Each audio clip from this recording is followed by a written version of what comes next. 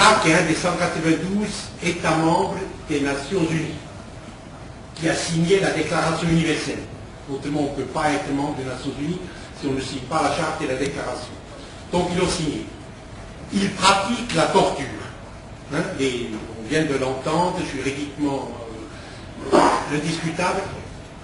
On pratique la torture contre les habitants d'Ashraf. Dans un cas de violation évidente des droits de l'homme, la haute commissaire doit, c'est dans son mandat, prendre l'initiative d'informer le Conseil. Alors, je vais faire 2 remarques, je termine, plus personnelles.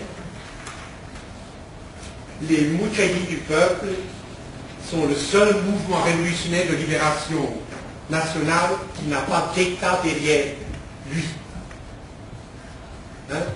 Les révolutionnaires algériens ont pu compter sur la Tunisie, sur les pays, les Vietnamiens, eux, ils n'ont personne. Donc ils dépendent totalement de la société civile. De la société civile. Ils dépendent vraiment de la société civile. Et pourquoi il faut mobiliser la société civile? Le Premier ministre Ghosali m'a dit une chose, une fois très très intelligent, m'a dit, ou bien c'est les Moudjahidines qui réussissent, alors c'est le monde musulman qui réussit, ou ils échouent. Parce que les Moudjahidines du peuple, moi j'étais longtemps professeur de sociologie, donc je parle un peu de sociologie, sont le seul mouvement de libération nationale qui peuvent nous sauver de l'islamophobie. Vous savez que l'islamophobie, la xénophobie, ici dans cette ville de Genève, dont je viens, progresse d'une façon effroyable. Effroyable. Et vous savez, les Moudjahidines du peuple, qui sont des révolutionnaires, qui sont des hommes et des femmes de foi musulmans, mais qui luttent pour les valeurs démocratiques, de liberté, d'état de droit, de séparation des pouvoirs, pour les valeurs universelles. Pour les valeurs universelles. Alors, le fait qu'ils doivent réussir à libérer l'Iran, qu'ils doivent réussir à libérer l'Iran, ça nous concerne tous. Ça nous concerne tous.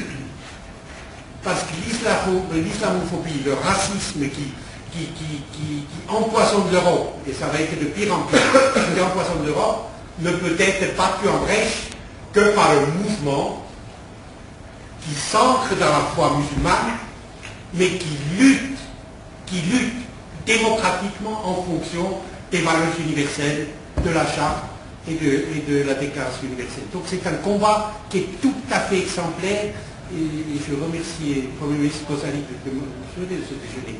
Vous m'avez rendu attentif à ça, et tout à coup j'ai compris. Dernière chose que je voudrais dire, dans cette salle, et c'est pour ça que je suis appelé mur, il y avait Kasem Bachavi. Kasem Bachavi, qui était mon collègue à l'Université de Genève, qui a été le premier délégué du CNRI pour les droits de l'homme, qui a lutté comme un lion. Alors vraiment, je l'ai lu, toi aussi, tu l'as lu, Kasem, hein, ce qu'il a fait. Dans cette salle, entre autres, il a lutté pour les droits de l'homme du peuple iranien, et il a été assassiné.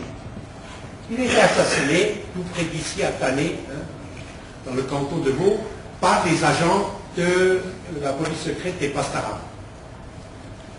Alors, moi, je pense que nous devons vraiment beaucoup d'admiration et une totale solidarité aux Moudjahidines. Ils ont perdu des dizaines de milliers de tués, d'exécutés. Ashraf, c'est que la dernière étape, de jeunes, de femmes, d'hommes assassinés. Et quand je regarde dans la salle, je vois les quelques amis, il n'y a pas un qui n'a pas un frère, un père, une sœur, un fils qui a été pendu, assassiné par les terroristes d'État iraniens. Donc je voulais simplement leur dire merci, puisqu'ils luttent pour notre liberté, ils luttent pour notre dignité. Alors, je remercie.